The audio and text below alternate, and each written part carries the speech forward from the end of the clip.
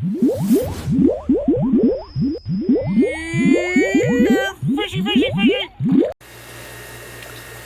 What's going on, fishy friends? Alright, so we got some brine shrimp eggs, a couple of 2-liter bottles, some baking soda, and some kosher salt back there.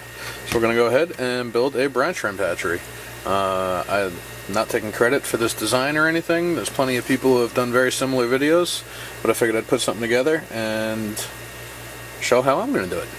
So we're going to take a couple of bottles, get rid of these labels, cut them in half.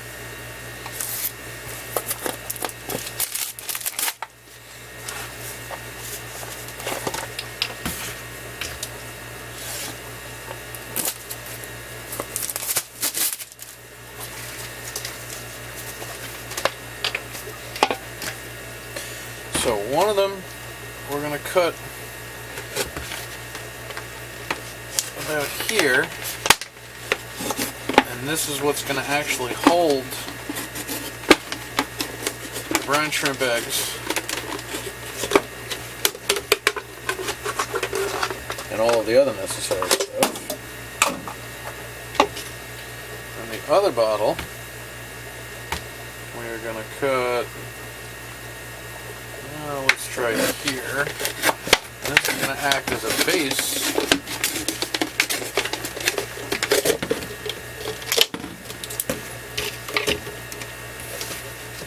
to hold that bottle.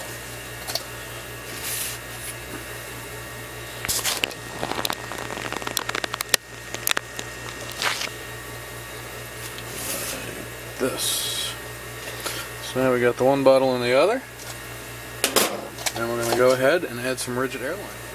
Alright guys, so now what we have is a piece of rigid airline tubing. That's going to be long enough to go down into the cap as this whole thing sits inverted. One bottle inverted inside of the other. And what I'm going to do is go set this up somewhere with a light source, and I'll move some things around and show that in a minute. Alright guys, so here it is sitting on top of my furnace. I figure that'll actually help keep it warm if the heat kicks on at all tonight. I just put a drop lamp next to it. It has a CFL bulb. I'm going to see if I can find an incandescent bulb somewhere upstairs, because an incandescent bulb will get a little warmer. The whole idea of having the bulb there is it is going to help heat the water. Ideally, I believe I want to try to hatch out these brine shrimp at about 80 degrees Fahrenheit.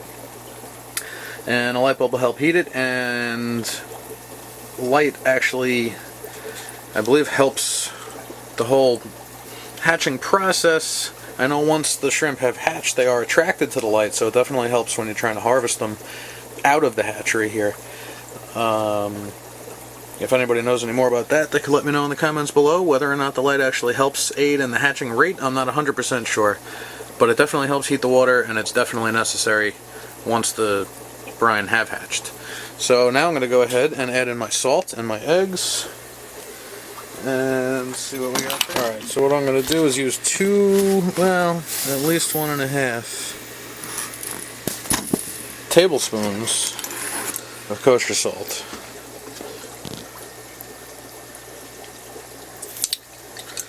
And I'm going to let that mix up before I add the brine shrimp eggs. I want all that salt dissolved, which might take a little while.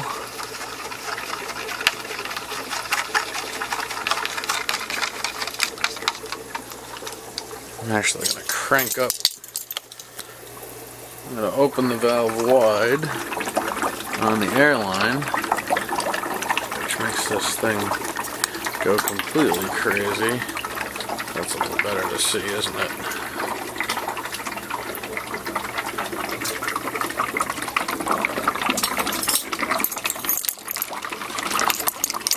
That is definitely mixing up the salt a little better. I think that's way too violent to keep it running once I actually have the eggs in there. Let's see, so that was a tablespoon. And this time I'll do about a half a tablespoon.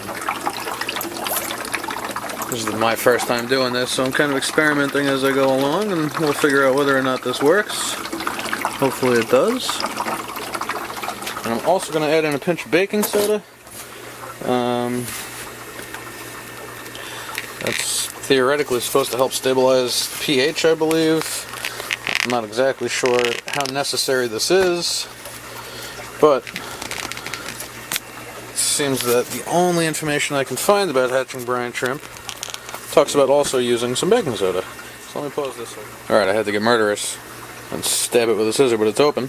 So now, I'm going to take a little pinch and put it in the thing. Alrighty, so I got a little bit on my fingers here. And just sprinkle in a little pinch.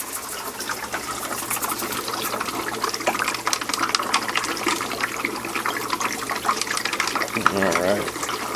It's definitely all mixed up, so I am going to turn down the air a bit, because I don't need it boiling like that. Seems to be able to keep it moving like that, I think should be good enough. Now I'm going to go ahead and open these brine shrimp eggs, and I'm going to add about a 1/4 teaspoon, I think. Alright guys, so we got a little less than a 1/4 teaspoon of the brine shrimp eggs. And we'll go ahead and drop them in.